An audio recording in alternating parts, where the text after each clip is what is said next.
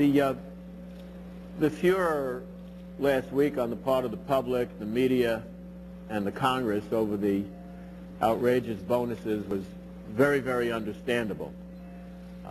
But the truth of the matter is the bonuses did not create the problem. And even if all of those people gave back double the amount that they got in bonuses and spent a week in the public pillory, which I presume they did, it wouldn't fix the problem. The real problem is greed. And I think that with all of the roaring and chest beating that we did and are continuing to do, we're not really fixing the problem here. And I'm sorry to say that some of us are learning that we've heard a lot of otherwise innocent and decent people that just fulfill their contractual obligations in different parts of some of this massive company, having nothing to do with the real problem that took place in the financial products division. And we probably owe them an apology, and maybe even more than that, we owe them some kind of a remedy to the damage that it looks like we've been engaging in. And we have to start looking at that too. The problem is being greed assisted by innovation. And I think part of the solution has to be that we have to exert a little bit of common sense into the process. And I don't know that we can legislate that or you can enforce it, but certainly there are regulations and changes that we should be looking at. And one of them should be expressed in a legal or regulatory way that says gimmicks are not financial products.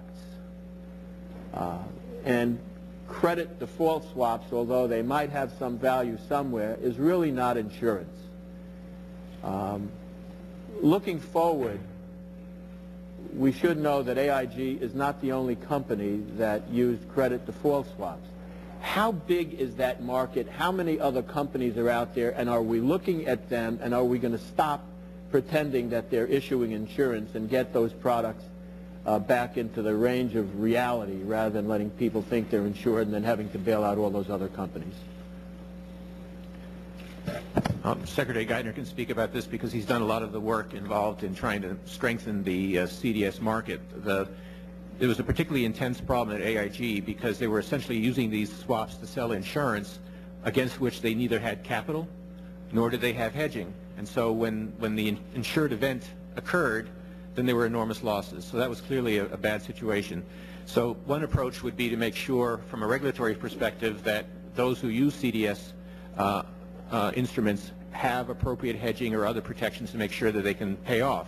The other approach, complementary approach, is to trade CDS not bilaterally over the counter, but through some kind of central central counterparty approach. We're in a crisis mode right now. You know, if we discover that an airplane has a faulty flickum, whatever that might be, you know, they'll usually ground the whole fleet that has them, you know, because of obvious reasons. Are we looking at doing that, these other companies with credit default swaps to a large extent, to see if we can ground them until we fix the mechanism? Well, that would have negative as well as positive effects because some companies use the credit default swaps in a hedge, that is to protect themselves, as opposed to taking gambles in the case of AIG. I just want to suggest that we take a very, very close look at that. Because there is a clear and present danger here that just like we're finding that there are many Madoffs, there are many AIGs out there, and before we have to start bailing them all out, maybe we should ground some of them too.